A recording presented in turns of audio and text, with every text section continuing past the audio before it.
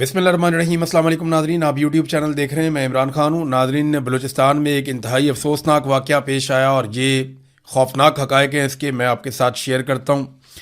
बलूचिस्तान का एक वस्ती ज़िला है सोराब।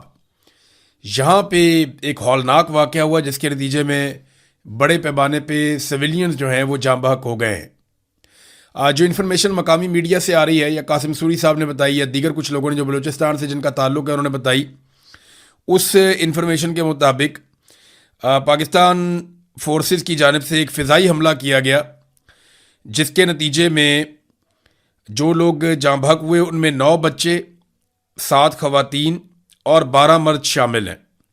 और इनमें बच्चे जो हैं वो दूध पीते बच्चे भी हैं, बहुत छोटे बच्चे हैं। अगर आप ये तस्वीर और वीडियो में आपको दिखा पाता तो आपका दिल दहल जाता। ये बड़ा खौफनाक इंसिडेंट है, बड़े हौलनाक मनाजिर हैं जो उसके मैं देख रहा हूँ और ये बड़े तकलीफ़ देह मनाजिर हैं। इसमें पहले हम देख लेते हैं कि मौक़िफ़ किसका क्या है और ये किया क्यों गया और ये वजह क्या बनी। देखिए, इसमें जो एक स्टेटमेंट है वो तो वज़ीर आला बलूचिस्तान का है। सरफराज बुगटी ने कहा कि सोराब में 18 दहशतगर्दों का खात्मा काबिल तहसीन है। वाक़े में कीमती इंसानी जानों के ज़िया पर दिली अफसोस है। और जो ये बात की पहले सरफराज बुगटी ने, उसमें उन्होंने एक अलग तरह का स्टेटमेंट दिया, लेकिन फिर जब DGISPR का स्टेटमेंट आया वो किसी और तरह का आया।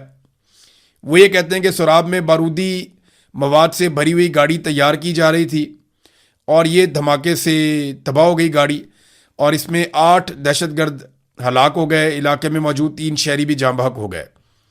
अब ये वो इब्तदाई इतलात हैं जो अलग अलग ज़राए से दी गई हैं, लेकिन जो नंबर्स आ रहे हैं वो 28 लोग हैं जो अब तक जाँ बहक हुए हैं, 17 लोग हैं वो ज़ख्मी हुए हैं और अवाम बड़ी तादाद में निकल कर बैठ गई है लाशें रख कर सोराब रोड के ऊपर। वहाँ पे सोराब के इलाके में जो मेन रोड है उसे सोराब मेन चौक कहते हैं, वहाँ पे लाशें रख कर लोग बैठ गए। सिक्योरिटी फोर्सेस ने वहाँ पे, बलूचिस्तान की हुकूमत ने और सिक्योरिटी फोर्सेस ने कर्फ्यू नाफिज कर दिया है और वहाँ सारी रात अब कर्फ्यू रहता है। लोगों की नकलो हरकत पर पाबंदी लगा दी गई है और इस मामले को दबाने और छुपाने की कोशिश की जा रही है और कोशिश ये की जा रही है कि 15 अगस्त तक ये कर्फ्यू जारी रहे जब तक कि 14 अगस्त के प्रोग्राम नहीं हो जाते। अब ये इंतहाई अफसोसनाक वाक़या है। 28 पाकिस्तानी शहरी जो बलूचिस्तान से हैं वो शहीद हुए। उनमें 9 बच्चे, 7 ख़वातीन और 12 सिविलियन मर्द शामिल हैं।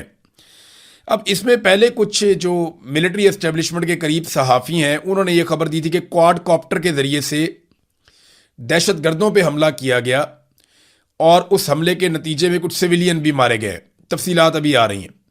DGISPR ने एक अलग तरह का मौक़िफ़ दिया कि वो खुद ही धमाका हो गया, वो खुद कुछ बम्बार वाली गाड़ी तैयार कर रहे थे। जबकि जो सरफराज बुगटी हैं उन्होंने एक और दावा किया कि जनाब ये तो सिक्योरिटी फोर्सेस ने कोई ऑपरेशन किया और बड़ा ज़बरदस्त ऑपरेशन किया। तो एक्चुअली ये हुआ क्या, जो मकामी लोग ये बताते हैं और जो मकामी सियासतदान हैं उन सब का ये कहना है कि ये जेट तैयारों के साथ हमला किया गया और यहाँ पे बमबारी हुई, उसके नतीजे में इतने बड़े पैमाने पे हलाकतें हुई हैं। अब ये छोटे छोटे बच्चों की लाशें सड़क पे रख के बैठे हुए हैं। ये बड़े हौलनाक मनाजिर हैं। मैंने इस तरह के मनाजिर मैंने गज़ा में देखे थे, यानी वो एग्जैक्टली मुझे वैसा ही दिखाई दे रहा था, मट्टी से अटे हुए जिस्म और बहुत। अख्तर मेंगल साहब कहते हैं कि दर्द की कोई सरहद नहीं होती। गज़ा के मलबे में दबे मासूम ख्वाब हों या बलूचिस्तान की वादियों, घरों, चौक चौराहों, झोंपड़ियों में बिखरी हुई लाशें, दर्द हर जगह एक ही ज़ुबान बोलता है। किसी माँ की गोद उजड़ती है, किसी बहन की आंख अपने प्यारे की राह तकती रहती है और किसी के बच्चे के हाथ में खिलौने की बजाय खौफ रह जाता है। ये सिर्फ घरों के उजड़ने का दुख नहीं है, ये इंसानियत के ज़ख्मी होने का नोहा है। काश दुनिया इन आंसुओं की आवाज़ सुन सके। काश हर मजलूम के लिए अमन, इंसाफ और जीने का हक सिर्फ एक ख्वाब ना रहे। जो सनाउल्लाह बलोच हैं, सेनेटर बलूचिस्तान से, वो क्या कहते हैं, MPA भी रहे, सेनेटर भी। वो ये कहते हैं कि सोराब के अलमनाक वाक़े पर शदीद रद्दअमल का उन्होंने इजहार करते हुए कहा कि इस्लामाबाद को एक लम्हे के लिए रुक कर खुद से सवाल करना चाहिए कि आखिर अपने ही शहरियों के खिलाफ जंगी तैयारों और हेलीकॉप्टरों के इस्तेमाल की नौबत क्यों आ रही है। अब ये वहाँ के ज़िम्मेदारान कह रहे हैं, अहम तरीन लोग कह रहे हैं कि ये फ़िज़ाई हमला किया गया जेट तैयारों या हेलीकॉप्टरों से जिसके नतीजे में सिविलियंस की हलाकतें हुई हैं। उन्होंने कहा रियासत अपने ही लोगों से मुसलसल दस्तों गिरबान रहने की बजाय एतमाद का रिश्ता कायम करे और चेक पोस्टों, बंदूकों और निगरानी पर इन्हिसार कम करे। सोराब वाक़े को किसी बयानिए के जरिए छुपाने की बजाय आला सतह पर तहकीकात करवाई जाएं और हकायक अवाम के सामने लाए जाएं। उन्होंने कहा कि मुतासरीन के जख्मों पर नमकपाशी के बजाय वाक़े की शफाफ तहकीकात ज़रूरी हैं। ये जनाब सनाउल्लाह बलोच साहब का स्टेटमेंट है, ये भी मैंने आपके सामने रख दिया। बलूचिस्तान यकजहती कमेटी, जो महरंग बलोच हैं जिनको जेल में बंद किया हुआ है, उनकी जो पार्टी है या बलूचिस्तान यकजहती कमेटी है, वो ये कहती है कि बलोच अवामी आबादियों पर बमबारी करना और फिर शहीद होने वालों को दहशतगर्द कहना इंतहाई शर्मनाक अमल है। गैर संजीदा बयानात से अंदाज़ा लगाना मुश्किल नहीं है कि 4 साला मासूम बच्चों के जनाजों पर रियासती इदारों को ज़रा बराबर भी अफसोस नहीं है। सोराब गदर में पेश आने वाला वाक़या रूह को झंझोड़ देने वाला वाक़या है। खून आलूद कफन सड़क पर एहतजाज करने पहुंचे तो पूरा रियासती मीडिया बयानियां घड़ने के लिए उन्हें दहशतगर्द करार दे रहे। ये बच्चे तो दहशतगर्द नहीं हो सकते ना, खवातीन तो दहशतगर्द नहीं हो सकती। एक छोटा बच्चा बहुत मासूम जो सही तरह से चलता भी नहीं है, वो कैसे दहशतगर्द हो सकता है? एक इतना छोटा बच्चा जो कभी स्कूल भी नहीं गया, वो कैसे दहशतगर्द हो सकता है? एक औरत जो अपने घर के अंदर रहती है, चादर और चार दीवारी के अंदर रहती है, अपने घर के काम निपटाती है, बच्चों को पालती है, वो कैसे दहशतगर्द हो सकती है? एक आम आदमी जिसको अपने बच्चों का पेट पालने से फुर्सत नहीं है, वो कैसे दहशतगर्द हो सकता है? पाकिस्तान का मीडिया इसके ऊपर एक लफ्ज़ बोलने को तैयार नहीं है। एक जुमला पाकिस्तान का मीडिया इसके ऊपर नहीं बोल रहा, कोई इसके ऊपर बात नहीं कर रहा। सोशल मीडिया भी ज़्यादा इसके ऊपर बात नहीं कर रहा। मेरी आप सबसे गुजारिश है, जितने भी हमारे डिजिटल मीडिया के दोस्त हैं वो तमाम इस वाक़े को रिपोर्ट करें, सोशल मीडिया पे इसको ज़्यादा से ज़्यादा उठाएं ताकि आइंदा के लिए ऐसे कत्ले आम से पहले 10 दफ़ा सोचा जाए। इंतहाई अफसोसनाक वाक़या है। मिलिट्री एस्टेब्लिशमेंट और हुकूमत ने इस वाक़े को अलग अलग तरह से बयान किया, जिससे इस बात को क्लियर किया जा सकता है कि वो कुछ छुपाने की कोशिश कर रहे हैं और लोग लाशें सड़क पर रख के बैठे हैं। तो वहाँ पे कर्फ्यू लगा दिया गया कि वहाँ पे अब कोई जाएगा ही नहीं, हम किसी को वहाँ पे जाने ही नहीं देंगे। नाज़रीन, ये आप देखें ना, इसहाक डार का स्टेटमेंट। एक अफसोसनाक इंसिडेंट हुआ बहरा अहमर में, जिसको रेड सी कहते हैं आप, जहाँ पे हौसी हमला कर देते हैं उन बहरी जहाज़ों के ऊपर जो सऊदी अरब से निकलते हैं। तो इसहाक डार उसके बारे में कहते हैं कि बड़ी तशवीश है मुझे उस हमले पे। मालूमात के मुताबिक 3 पाकिस्तानी शहरी अपनी जानों से हाथ धो बैठे हैं, जबकि एक ज़ख्मी हुआ है। हम गमज़दा ख़ानदानों से दिली ताज़ियत करते हैं। और वो कहते हैं पाकिस्तान गैर जंगजू तजारती जहाज़ पर हौसी हमले की शदीद मजम्मत करता है, बेगुनाह इंसानों की ज़िंदगियों को ख़तरे में डालते हैं। देखें, हौसियों से अब पाकिस्तान ने लड़ाई करनी है, ये हम सब जानते हैं। वो इसलिए कि सऊदी अरब की हौसियों के साथ लड़ाई है और पाकिस्तान का सऊदी अरब के साथ दिफाई मुआहदा है, और हौसियों को दहशतगर्द कहा जाता है, लिहाजा हौसियों के साथ तो अब लड़ाई करनी है पाकिस्तान को, ये हम सबको आइडिया है। तो वहाँ इसहाक डार साहब को नज़र आ गया, पाकिस्तान के वज़ीर ख़ारजा को, कि वहाँ 3 पाकिस्तानी शहीद हुए, लेकिन ये जो 28 पाकिस्तानी जाँ बहक हुए जिनमें बच्चे और ख़वातीन भी हैं, ये उनको नज़र नहीं आया, क्योंकि यहाँ पे जो हथियार इस्तेमाल किया वो पाकिस्तान की सिक्योरिटी फोर्सेस ने किया, किसी और ने नहीं किया। BNP अख्तर मैंगल साहब की जो पार्टी है, उसने 16 तारीख को पूरे बलूचिस्तान में हड़ताल का ऐलान किया इस वाक़े के ख़िलाफ़, जबकि BYC ने, बलूचिस्तान यकजहती कमेटी ने, आज के दिन में एहतजाज का और बलूचिस्तान के अंदर भरपूर एहतजाज का उन्होंने ऐलान किया है। अब नाज़रीन, ये है वो अफसोसनाक ख़बर जो मैंने आपके साथ शेयर कर दी बलूचिस्तान से। आज का दिन वैसे भी बड़ा इम्पॉर्टेंट है, वो इसलिए अहम है आज का दिन कि इमरान खान साहब की मुलाकात के लिए आज सुहेल आफरीदी ने और पार्लियामेंटेरियंस ने, सब ने जो फ़ैसला किया वो ये था कि सारे के सारे आज जाएंगे इमरान खान साहब से मुलाकात के लिए और उनसे मुलाकात की कोशिश करेंगे। और अगर इमरान खान साहब से मुलाकात नहीं करवाई जाती तो उसके बाद फिर वहाँ पे वो मुज़ामत करेंगे। और जो ऐलान किया था वो ये किया था कि पूरे पाकिस्तान को फिर हम बंद करेंगे रात के वक्त, और पाकिस्तान के हर चौक में एहतजाज किया जाएगा, हर चौक में डी चौक बनाया जाएगा। अब देखते हैं कि पाकिस्तान तहरीक इंसाफ को आज मुलाकात की इजाज़त दी जाती है या नहीं, और अगर इजाज़त दी जाती है तो जेल से क्या खबर निकलती है। अगर इजाज़त नहीं दी जाती तो क्या अपने वादे के मुताबिक पाकिस्तान तहरीक इंसाफ रात को पूरा जोर लगा के पाकिस्तान भर के अंदर एहतजाजी एक हिकमत अमली अपना सकती है, ये चीज़ें भी हमें अभी नज़र आ जाएंगी थोड़ी देर में। जो नाम दिए गए मुलाकात के लिए, उसमें पहला नाम है सुहेल अफरीदी का, दूसरा शाहिद खटक का, तीसरा मीना खान का, चौथा नाम है शफ़ी जान का, पांचवा शफ़कत अयाज़ का और छठा नाम है अब्दुलसलाम अफरीदी का। ये नादरीन 6 नाम दिए गए हैं क्योंकि अदालत का हुक्म था कि 6 लोग मिल सकेंगे इमरान खान साहब को हर जुमेरात को। तो ये 6 नाम दे दिए गए हैं जो इमरान खान साहब से मिलने के लिए जाएंगे। एक और ऐलान किया सुहेल अफरीदी ने जो बड़ा इंपॉर्टेंट है मेरी नज़र में। वो ऐलान उन्होंने ये किया कि अब तक जो लोग इकट्ठे हुए हैं इमरान खान रिहाई अमन फोर्स के प्लेटफॉर्म पे, जो नौजवानों ने अपनी रजिस्ट्रेशन करवाई है, अब तक 5,30,000 नौजवान इसके अंदर शामिल हो गए हैं इमरान खान रिहाई अमन फोर्स में। अगर तो इसमें 5,30,000 नौजवान शामिल हो गए हैं तो ये तो तादाद ठीक तरीके से बढ़ रही है, क्योंकि कुछ दिनों पहले तक बताया गया था कि 60,000 नौजवान है। अब अगर हफ्ते डेढ़ के बाद ये 5,30,000 है तो फिर तो उम्मीद की जा सकती है कि 27 सितंबर आने तक इनकी तादाद 20-25 लाख तक भी हो सकती है। और इतने बड़े पैमाने पे अगर नौजवान रजिस्टर्ड हो जाते हैं और फिर वो निकलते हैं बारी बारी एहतजाज करने के लिए और वो एक ऑर्गेनाइज तरीके से चलते हैं, तो फिर तो मिलिट्री एस्टेब्लिशमेंट के लिए मुसीबत खड़ी हो गई। देखिए, आज़ाद कश्मीर में जो लोग हैं उनकी तादाद को बहुत बड़ी नहीं है, यानी उनकी वैसे ही आबादी बहुत कम है। 45 लाख की टोटल आबादी है, उसमें से भी सिर्फ एक इलाके के लोग हैं मुख्तलिफ एरिया से आके, वो एक जगह पे 10-15 हज़ार लोग हैं, एक जगह पे 20,000 लोग हैं, वो जो अलग अलग जगहों पे वो एहतजाज करते हैं। तो वो टोटल 50-60 हज़ार लोगों ने मुसीबत डाली हुई है।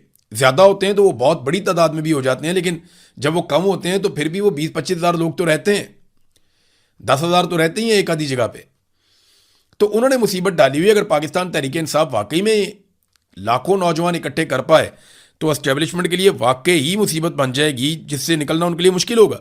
बलूचिस्तान की नादरीन हम बात कर रहे थे ना, ये देखें एक और खबर बलूचिस्तान से। ये खबर देखें, आप अपना सर पीटेंगे कि ये क्या हो रहा है बलूचिस्तान में।